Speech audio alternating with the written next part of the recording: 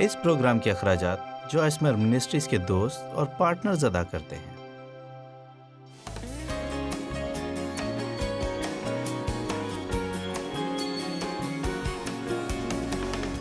اب میں یہ چاہتی ہوں کہ صرف 1 منٹ کے لیے تصور کریں کہ ہم قبرستان جا رہے ہیں۔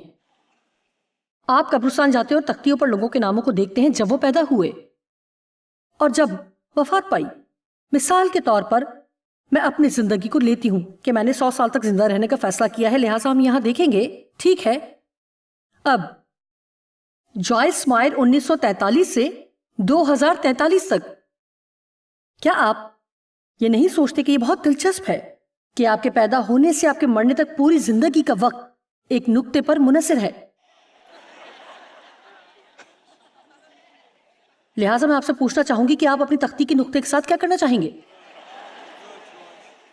کیونکہ جب آپ 70 یا 80 کی عمر میں پہنچ جاتے ہیں تو آپ چلے جانے کے لیے کتنی جلدی محسوس کرتے ہیں، میں اس پر یقین نہیں رکھتی۔ یہ سب ختم ہو گیا۔ اپنی زندگی میں اس نقطے پر نہ پہنچے جہاں افسوس کے سوا کچھ نہ ہو۔ صرف کامیابی کی سیڑھیاں چڑھنے کے لیے ہی اپنی زندگی نہ گزارے جہاں بلندی پر پہنچ کر آپ کو یہ معلوم ہو کہ آپ کی سیڑھی غلط عمارت پر تھی۔ اور آپ جانتے ہیں، جب میں وقت کے انتظام اور وقت ضائع نہ کرنے کے بارے میں بات کر رہی ہوں تو یہ ضروری نہیں کہ میں آپ سے یہ کہہ رہی ہوں کہ جائیں اور وہ کریں جو زیادہ فائدہ مند ہے۔ میں آپ کو صرف یہ بتا رہی ہوں کہ اپنے کاموں میں سے کچھ کم کریں تاکہ آپ اپنا جو وقت ضائع کر رہے ہیں اسے ان چیزوں کے لیے استعمال کر سکیں جو واقعی اہم ہیں، جیسے تعلقات پر، سونے پر، کچھ لطف اندوز ہونے پر، اپنے خاندان کے ساتھ وقت گزارنے میں۔ میں اسے اپنی طرف سے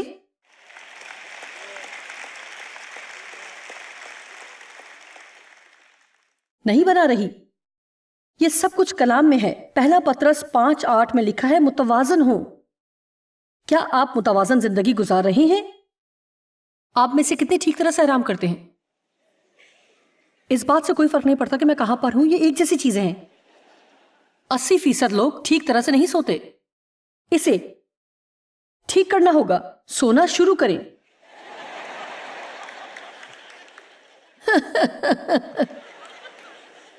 بہت سادہ سی بات ہے، پرسکون نیند سوئیں۔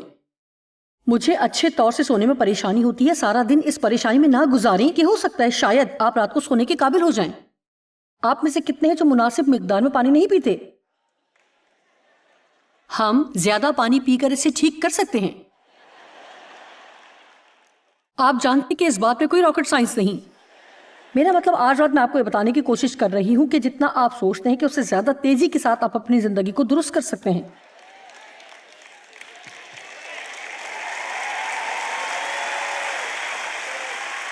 میں حیران ہوتی ہوں کہ کتنے لوگ خدا سے شفا مانگتے ہیں جبکہ ان کی ضرورت یہ ہوتی ہے کہ وہ ٹھیک سے پانی پئیں اور سوئیں۔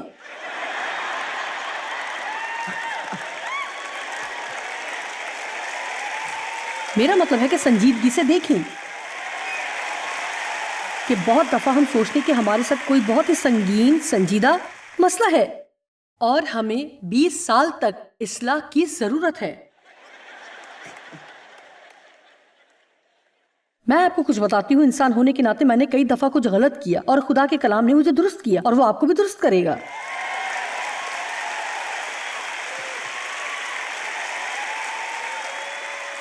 اب میں کچھ دیر کے لیے آپ سے زمینی زندگی کے بجائے ابدیت کے لیے زندگی گزارنے کے بارے میں بات کرنا چاہتی ہوں۔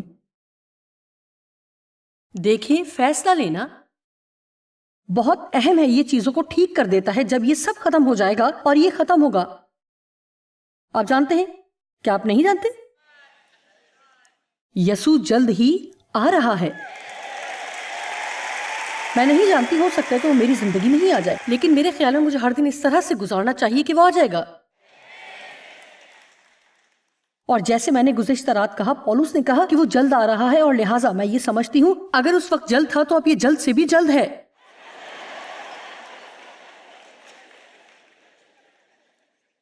متی 6:19 اور 20 دیکھیں۔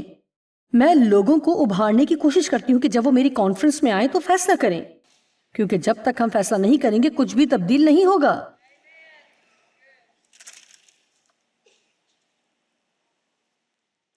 اپنے واسطے زمین پر مال جمع نہ کرو جہاں کیڑا اور زنگ خراب کرتا ہے اور جہاں چور نقب لگاتے اور چراتے ہیں، بلکہ اپنے لیے آسمان پر مال جمع کرو، جہاں نہ کیڑا خراب کرتا ہے، نہ زنگ، اور نہ وہاں چور نقب لگاتے اور چراتے ہیں۔ لہذا میں اپنی پوری زندگی صرف چیزیں اکٹھا کرنے میں نہیں گزارنا چاہتی جو کہ پہلے ہی تباہ ہونے والی ہے، اور کسی نہ کسی دن انہوں نے کہیں کوڑا پھینکنے والی جگہ پر ختم ہو جانا ہے۔ اگر آپ مکاشفہ حاصل کرنا چاہتے ہیں تو جائیں کسی اچھے کباڑ خانہ میں جائیں اور صرف 15 منٹ وہاں کھڑے ہو جائیں اور سوچیں، شاید کسی نے اپنی شادی وہاں کھو دی، کسی اور نے اپنے بچوں کو کچھ نہیں جانا ہوگا، کوئی بد دیانت ہوگا، کوئی ایسا ہے جس کے پاس خدا کے لیے وقت نہ ہو، اور یہ سب ردی کی ٹوکری کا ڈھیر کباڑ خانے میں ہے، کیونکہ جن چیزوں کو ہم پوچھتے ہیں ان سب چیزوں کے ساتھ یہی ہونے والا ہے۔ اب آسمان کی چیزوں کے ساتھ کچھ غلط نہیں ہوگا، لطف اندوز ہونے والی چیزوں کے ساتھ کچھ غلط نہیں ہوگا، لیکن ہم انہیں اول درجہ نہیں دے سکتے۔ در حقیقت جو اہم ہیں وہ لوگ ہیں جو آپ کی زندگی میں ہیں، وہ آپ کے پیسوں سے زیادہ اہم ہیں۔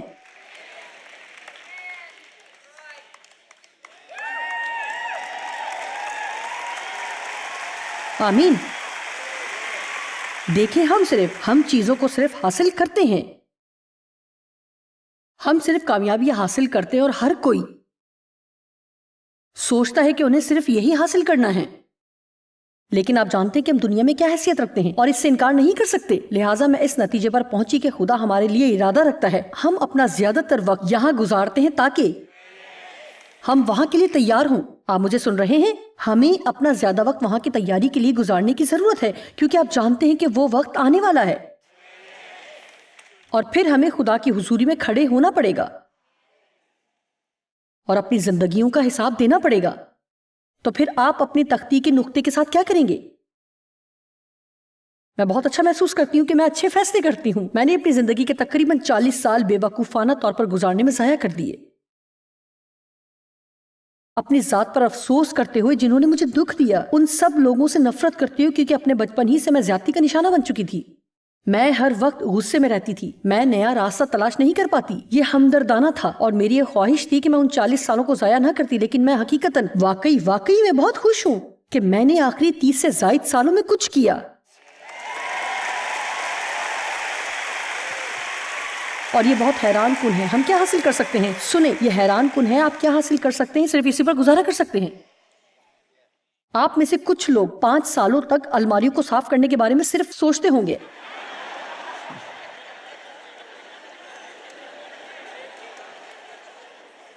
ٹھیک ہے، مجھے صرف دھات چاہیے، ہم سب کچھ چھوڑ کر جا رہے ہیں۔ سنیں،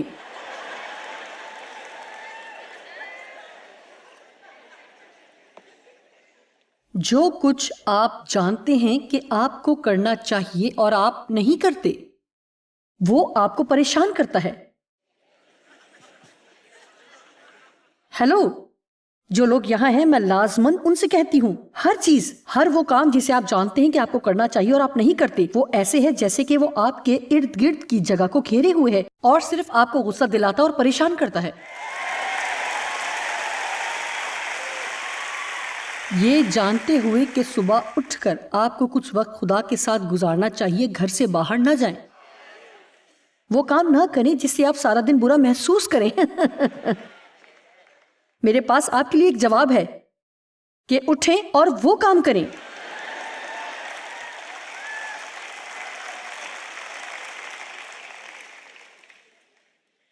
اس طرح سے رد عمل ظاہر نہ کریں جیسے وقت کوئی مفید چیز ہے جو مسلسل آپ کی زندگی میں بڑھ رہی ہے۔ میں نے اسے جان لیا، اس بات نے مجھ پر بہت اثر ڈالا۔ ہر گھنٹہ جو ہم استعمال کرتے ہیں وہ واپس نہیں آئے گا، ہمیں اسے ضائع نہیں کرنا، ہمیں دانش مندی سے چلنا چاہیے۔ اگر ہم خدا کے ساتھ ٹھیک نہیں ہیں تو اب وقت ہے کہ ہم تبدیل ہوں۔ آمین۔ آپ جانتے ہیں کہ میں جانتی ہوں کہ یہاں جو لوگ ٹی وی پر دیکھ رہے ہیں، اگر خدا کے ساتھ ان کا تعلق ٹھیک نہیں ہے، شاید اس کی بہت سی وجوہات ہو سکتا ہے کہ آپ ان میں سے ایک ہو جن کے پاس خدا کے لیے وقت نہیں ہے۔ جانتے ہیں کہ وہ آپ کو نہیں بھولتا، وہ ابھی آپ سے بات کرنے کی کوشش کر رہا ہے. میں آپ سے یہ کہہ رہی ہوں کہ ابھی وقت ہے کہ یسوع کو اپنی زندگی میں دعوت دیں. اب وقت ہے کہ آپ وہ فیصلہ لیں جن کے بارے میں آپ جانتے ہیں کہ آپ کو یہ فیصلہ لینے کی ضرورت ہے، اور وہ تبدیلیاں کریں جن کے بارے میں آپ جانتے ہیں کہ آپ کو بدلنے کی ضرورت ہے. اب یہی وقت ہے.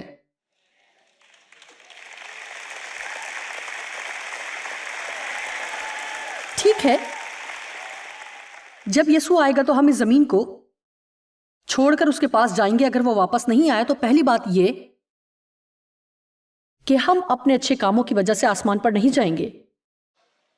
ہم جانتے ہیں کہ ہمارے پاس آسمان پر جانے کی امید یسوع پر ایمان رکھنے کی صورت میں ہی ہو سکتی ہے. تاہم بائبل یہ سب صاف اور واضح کہتی ہے کہ ہمارے کاموں کے لیے اجر ملے گا. آسمان ایک مفت کا تحفہ ہے جسے یسوع کے خون سے خریدا گیا ہے. لیکن جو کچھ ہم اب اپنی زندگیوں میں کر رہے ہیں آسمان پر ہمیں اس کا اجر دیا جائے گا. اور میں یہ نہیں جانتی کہ یہ تمام اجر کیا ہوگا. میں یہ نہیں جانتی کہ اجر کس طرح کے ہوں گے اور یہ کس طرح کے کام کریں گے. ظاہری طور پر خدا یہ نہیں چاہتا کہ ہم ابھی جانیں کیونکہ اس نے ہمیں نہیں بتایا. لیکن ہم سب جانتے ہیں کہ اگر خدا کی طرف سے کسی قسم کا انعام ملنا ہے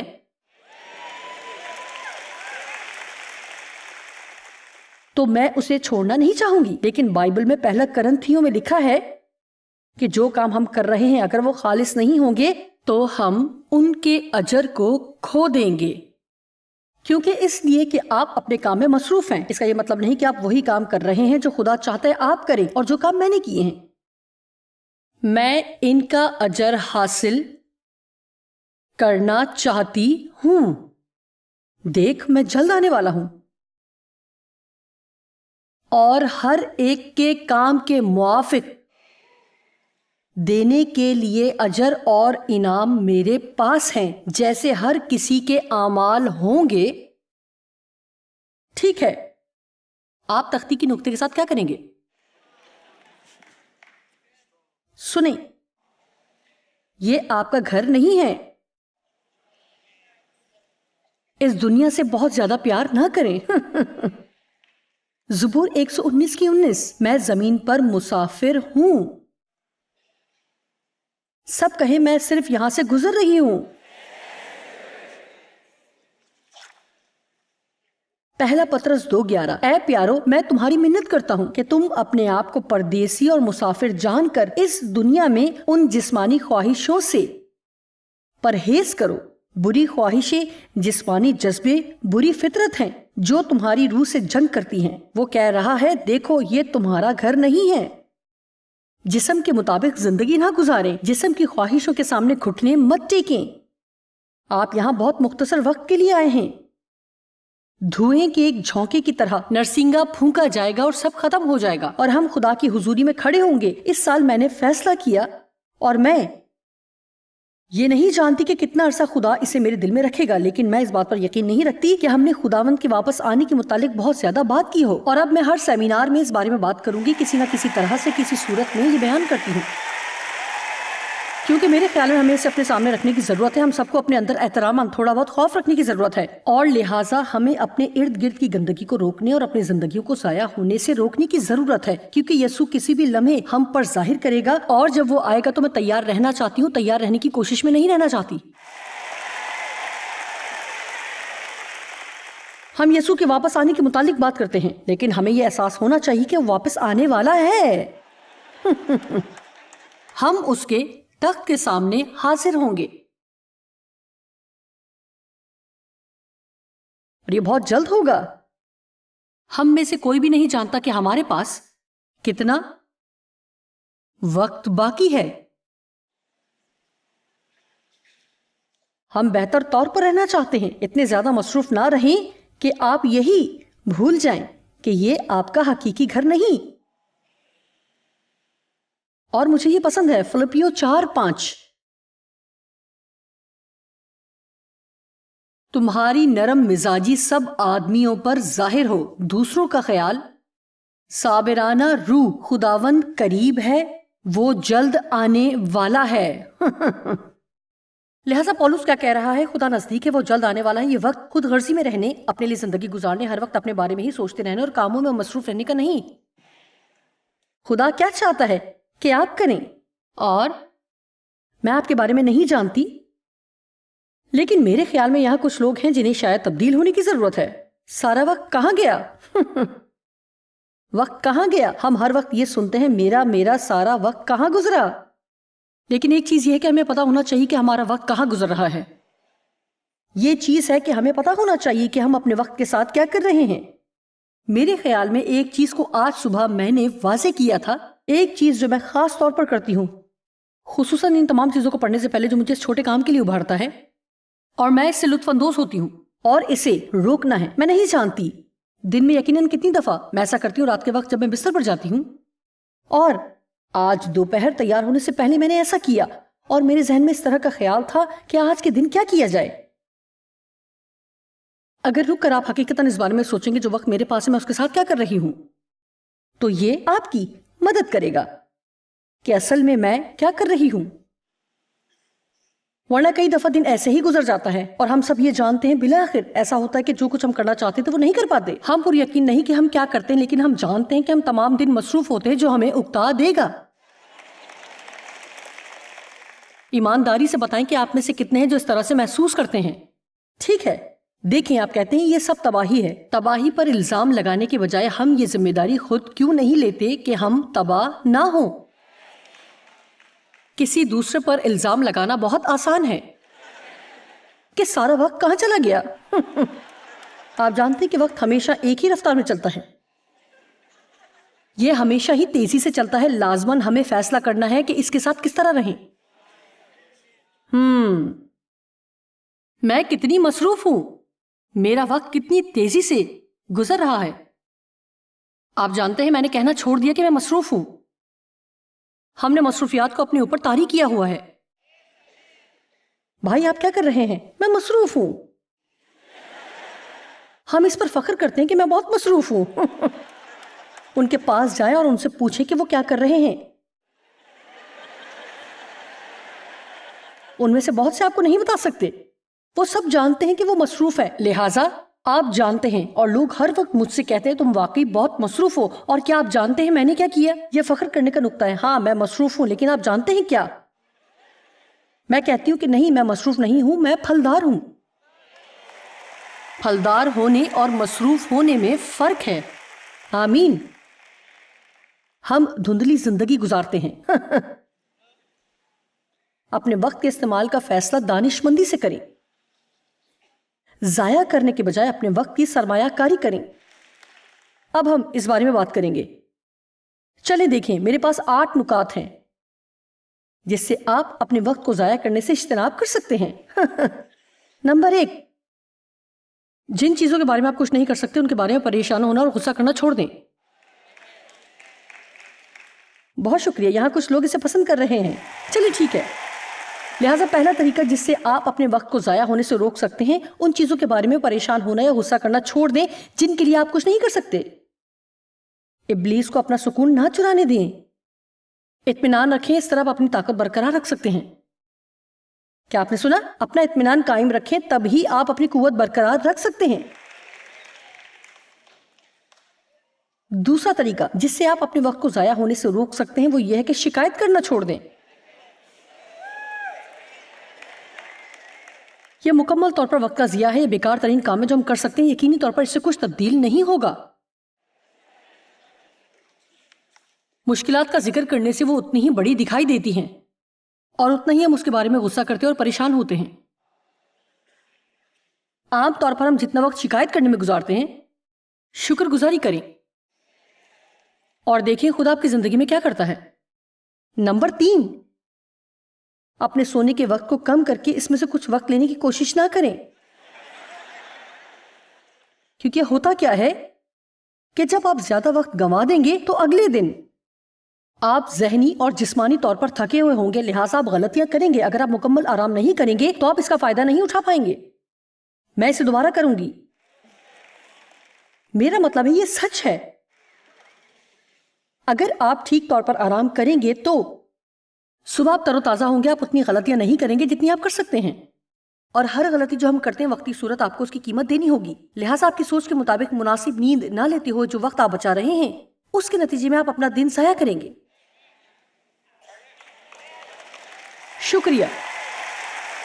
نمبر 4، جلد بازی کو روکیں کیونکہ یہ آپ کی غلطیوں کی وجہ بنتا ہے۔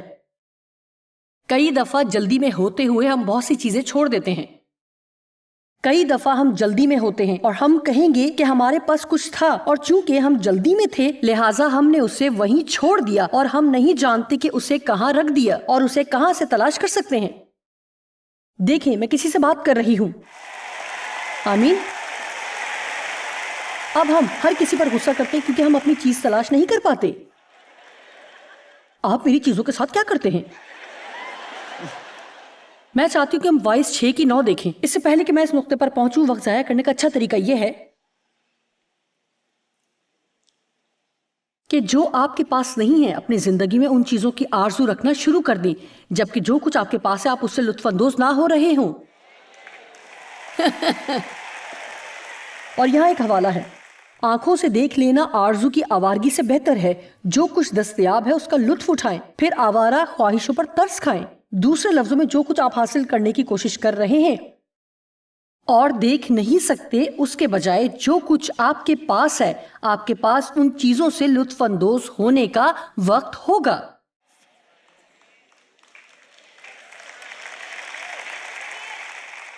وہ کیا کہتا ہے کہ یہ غفلت، جھوٹ، باطل اور خالی پن ہے، اور یہ بتلان اور ہوا کی چران ہے اور باطل کی پرورش ہے۔ باطل کا مطلب ہے بیکار، یہ بیکار ہے۔ جو کچھ آپ چاہتے ہیں خدا کو بتائیں، اگر وہ ٹھیک ہوگا تو وہ صحیح وقت پر آپ کو دے گا۔ جب تک آپ اس کا انتظار کر رہے ہوں کہ وہ ایسا کرے، انتظار سے لطف اندوز ہو، جو کچھ آپ کے پاس ہے اس کے لیے شکر گزار ہوں۔ صرف یہی وہ راستہ ہے جس سے آپ یہ کر سکتے ہیں، ورنہ آپ کی ساری زندگی کسی ایسی چیز کی امید میں کرتے ہوئے گزر جائے گی جو آپ کے پاس نہیں، اور اس امید میں جیسے آپ زندگی گزار رہے ہیں ویسے جی نہیں پائیں گے۔ نمبر 6، یہ بہت اہم ہے، اگر آپ اپنا وقت ضائع کرنا چاہتے ہیں تو ماضی میں رہنا شروع کریں۔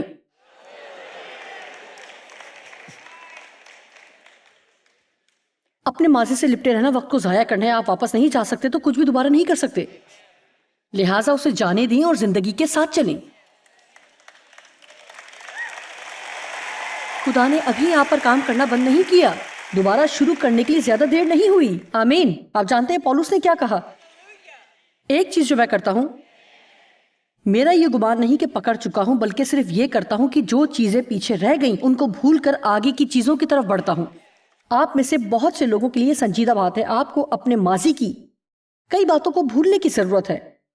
آپ کو اس کے بارے میں سوچنے کی اور اس بات کو کرنے سے روکنے کی ضرورت ہے۔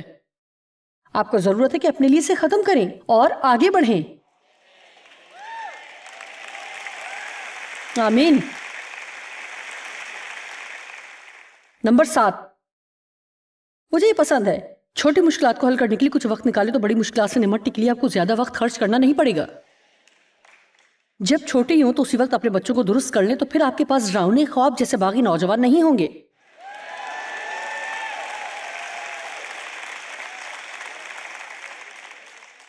جب آپ مختلف حصے جوڑ کر بنانے والی کوئی چیز خریدنے کی کوشش کر رہے ہوں تو ہدایت پڑھنے کے لیے کچھ وقت نہیں۔ مجھے ہدایات پڑھنا پسند نہیں ہے، یہ صرف وقت کا ایک ضیاع ہے۔ لہٰذا آخر میں اس قابل نہیں ہوں گی صحیح چیز لے سکوں، اور میں اسے کسی اور کے پاس لے جاؤں جو بعد میں ہدایات کو پڑھے اور اسے اکٹھا جوڑ دے۔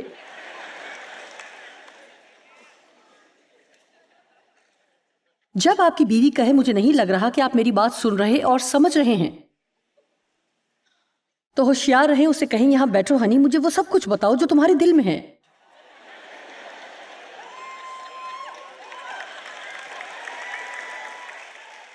کیونکہ اگر آپ اس کی چھوٹی مشکلات کو نظر انداز کریں گے جو وہ آپ کے پاس لے کر آئی، تو بعد میں آپ کے لیے بڑی مشکلات بن جائیں گی۔ میں اس کی گواہی دیتی ہوں۔ نمبر 8، ان چیزوں کو تلاش کریں جو آپ کے وقت کو چھین لیتی ہیں اور ان سے بچنے کے لیے مستحکم ہو جائیں۔ ہمیں صرف ایک ہی زندگی ملی ہے۔ آپ اپنی تختی کے نقطے کے ساتھ کیا کریں گے؟